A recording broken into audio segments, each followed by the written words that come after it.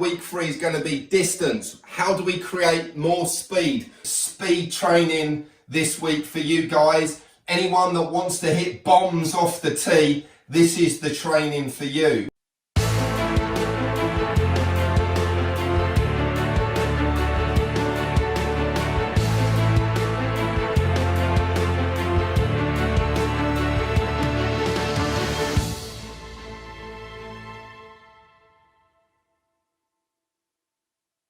Today we're going to work on extension of the mid body, the mid spine, and some lift of your arms. Okay, so grab your golf club, hold it halfway down, don't smash the chandelier.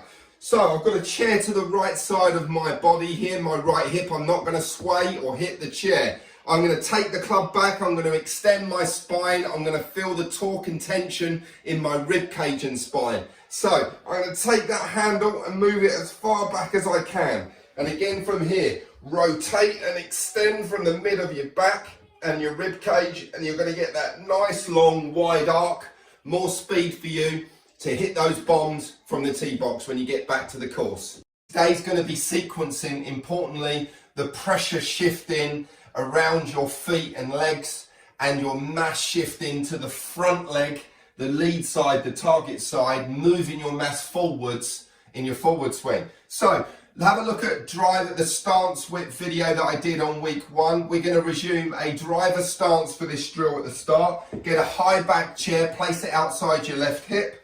Nice wide stance, position the chair. Now bring your left foot towards your right foot. So we're going to make a backswing, take a normal backswing, get that as high and create that rotation and extension in the body. So big high backswing. Now we're going to shift our mass to the left side and pump the pressure down through the left foot. Left we go, down, up and round, okay? And again, driver stance, chair in position, left foot towards the right, rotate and extend, shift mass and pressures left, down and up and round to the left, okay? So practice that drill at home, help improve your sequencing, your shifts of your pressure and your mass to the left to the target, and then your rotations round to the left. Make your sequencing aid out of a bath or a beach towel which you wrap up and tape up. I've slightly adapted this version and duct taped to either end. So now today we're going to learn about sequencing. So what do all the pros do? From the start of their downswing, they start with their lower body, then they follow with their upper body, and then they follow with the arm and the hands, and then the club at the end. Some of you won't be able to separate your lower body from your upper body, so you may start with the lower body and upper body together, but you must keep the arms and hands back for as late as you can, and that's what this tool is for. So make your new backswing all the way up to the top. Get the towel to touch between the shoulder blades. So get the towel to touch. Now we're going to start with the lower body, leave the towel on the back, and then whip it through late, and then come to an end on that post-impact position. So up to the top, start with the lower body if we can, leave the towel on the back, whip it and stop it, okay? Arms like steel rods, stop that club just post-impact with straight arms, and let's see how much speed that we can create. So I'm going to head outside and I'm going to practice my speed training now out in the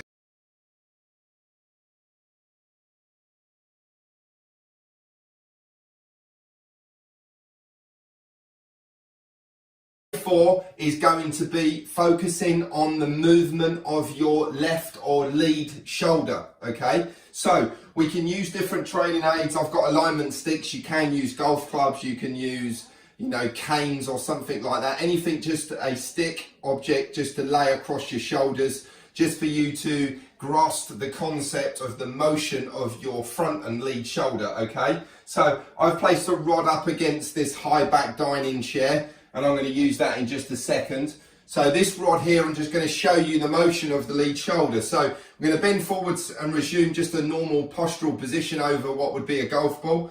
So lead shoulder is going to move forwards, it's going to move to the right, and it's going to move downwards. So this motion of the lead shoulder and its travel is very important. The further you move your lead shoulder back and then replace it through its original position, the further you move it backwards and forwards, the faster ultimately you can move your lead arm and therefore the club.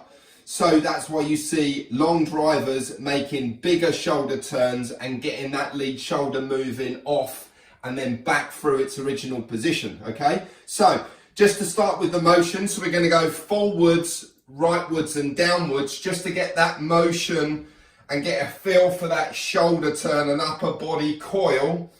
And you can see how my lead shoulder, this rod, is going forwards and downwards and towards my trail leg or trail foot, right foot. Okay, so you're getting a feel for that there, that visual of that motion of the shoulder. Secondly then, we're going to place this alignment stick up against this dining chair and we're going to just have it in position so we can see the travel of our lead shoulder. So by the time we start our downswing, at part way down, we want to get that lead shoulder back under your original start position, okay? So I'm going to use this alignment stick so you can see. So I'm going to sit myself in my golf position. I'm going to take driver width stance, going to make a big turn like we've learned through this week.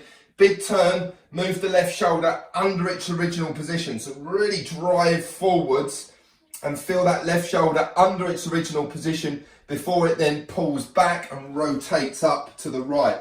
So as we practice that motion then, and I can do that there just using that reference line, drive that lead shoulder forwards, drive it forwards and get into that position there. So really getting a feel for that forward motion of the body, which is really, really important, okay? So replacing the lead shoulder today, moving it forwards, ultimately getting that lead arm to move as fast as you can, moving the golf club as fast as you can. So let's recap on the week, okay? So what have we done this week?